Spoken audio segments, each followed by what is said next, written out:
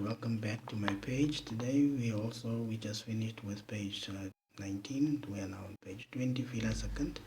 We're carrying on. Please remember to tell a friend there is help here. I'm translating the exposition where they give us information on the story and as it flows, right? Right, let me start here. I'm going to start translating and also help understanding, right? Die zoektocht nader na die einde wanneer die konstabel sê dat die kind waarskynlik nie meer leef nie, right? So here they say the search is now coming to a close when the constable says that the child possibly is dead, nie meer leef nie. The child is possibly already dead because of the cold. Remember, the bush is damp and cold, and it's also the mist as well. Parta en Elias se smart word deur al handelinge en al uiterlike voorkoms uitgebeeld. It says Parta and Elias se smart, right? So here it shows the sadness.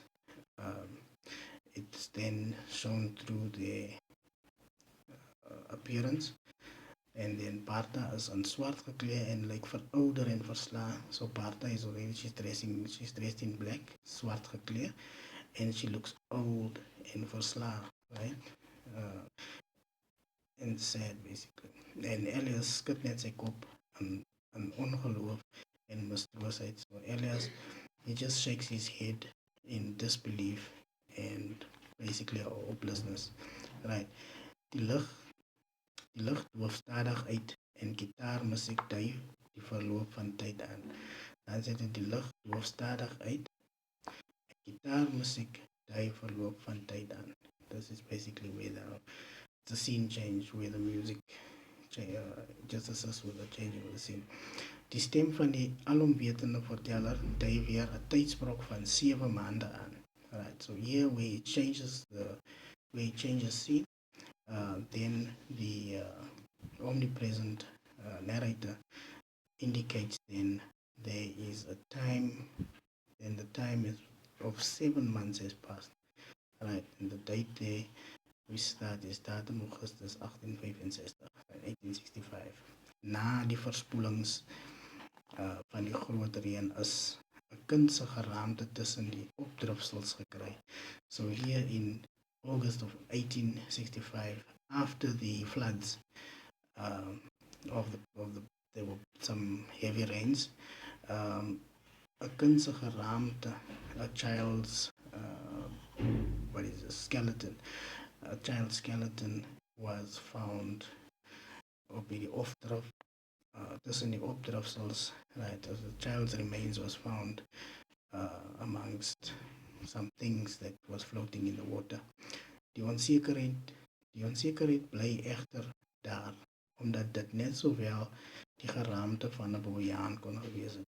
Right? So still there could be some uncertainty because they cannot confirm whether it was a child's skeleton that was found. You can see die onsekerheid bly egter daar. So still there is some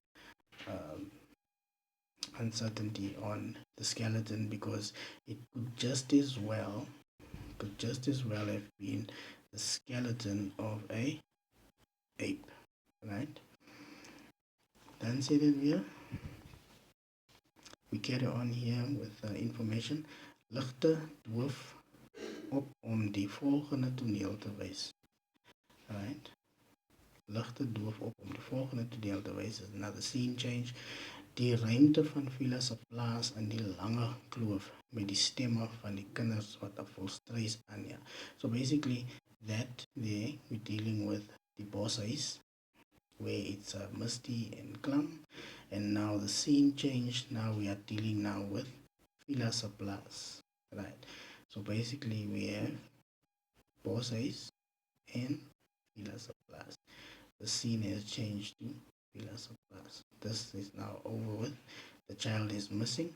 Here is where the child goes missing, and let's see what this one says. Right, this scene is in die lange kloof. Then they also tell us where it is. Dit is in die lange kloof met die stemme van kinders wat 'n volstruis aanja. Now here the scene is there with children running, chasing a ostrich. Volstruis is an ostrich.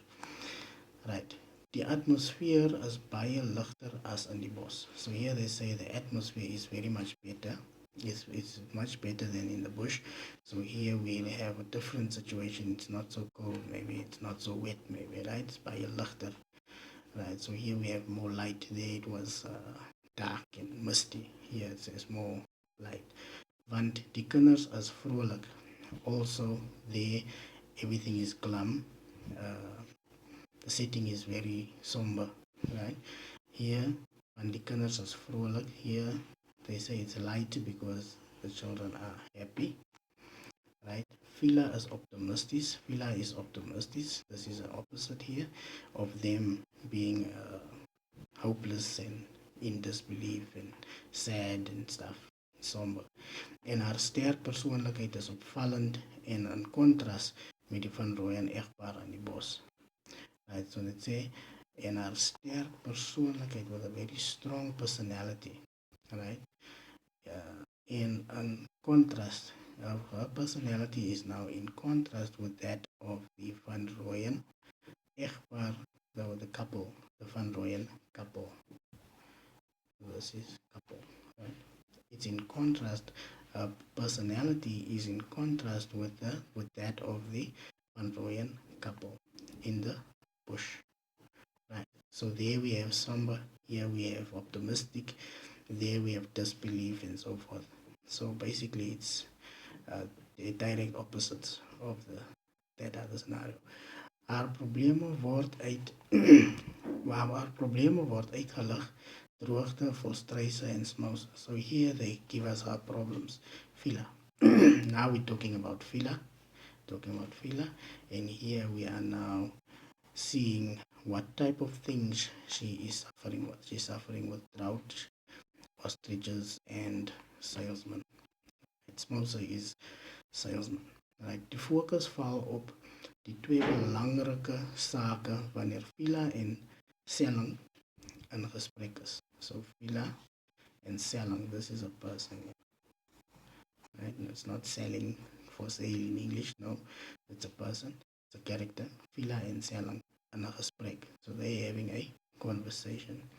Right. Benjamin, wat deur Selling beskryf word as 'n kind wat nie daarvan hou om agter te draf nie. En die vreemde perdekar wat al heel week in die kloof rondry. Right, so here they are in conversation, right? And then Benjamin, that is now being described by Selling as a child that doesn't like to be running behind a strange wagon, right? Or what was carriage, whatever. But al heel week in die kloof rondry. So there was a strange, I think it's a wagon, a strange wagon, the whole week, right, in their area, in die kloof. That is there where they are. That's their area, die kloof, right? Die gehoor raak ook bewus van die volstruiswyfie wat nie aangekoop is, right? Then here the audience is also made aware of the new ostrich, whatever, female for breeding purposes, but nie aangekoop is, the new edition, right? It's just bought. This is now for breeding purposes, right? Die gehoor word subtiel voorberei om die naderende tragedie wat Fiela gaan tref deur haar ironiese opmerking dat die valk haar mooiste kykin gevang het, maar dat sy seker gemaak het dat sy nie weer skade aanrig nie, omdat sy haar kykens veilig toegemaak het. Right, so here it says the audience is also subtly introduced or prepared to the tragedy that is about to take place. Then Fiela also made an ironic statement, right, about the falk is a, what is this thing? Falks aren't. get back to this one. I just can't get it now. Die always hoop hem dat die valk haar mooiste kuiken gevang het. Eagle, right? It's an eagle, right? Haar mooiste kuiken gevang het. So basically, the eagles fly around and then they catch prey. So basically, she makes an ironic statement that an eagle has come to take a most beautiful chicken or whatever. Maar dat ze zeker maken, and she also but she made sure that she will never suffer such a loss again, because she has made sure that all her chickens, all her kuikens, the chicks, veilig toegemaakt het, right? So she makes that ironic statement that the eagle has come and taken her chicks, the most beautiful chicks, but then she has made a plan and she's made them safe, right? And she's made sure that they will never, that the eagles will never come and take chicks again. She has made a nice enclosement for them, right? Dit is ook in hierdie stadium dat die vreemde perdekar na hulle plaas toe opdraai. So at this time, when they're busy with that scenario, it's also this time when this vreemde perdekar, with this horse and carriage or wagon or whatever, I think it's a horse and carriage, turns up to her farm, right? So now they have come to visit Fiela there. Die kar se vordering word telkens soos 'n dramatiese aankondiging in dialoog vervleg. So now here they are introducing the horse and carriage, right? Die exposisie betekenisstelling gedeelte word voorgesit wanneer Fiela as verteller na vore tree. So now basically here now, where now there is a dialogue. The horse and carriage has pulled up obviously with people, and now they are going to have a conversation, right? And then it says there here in this following scenario or scenes following, Fiela will be the one that will be the narrator, right? Sy gee agtergrond omtrent die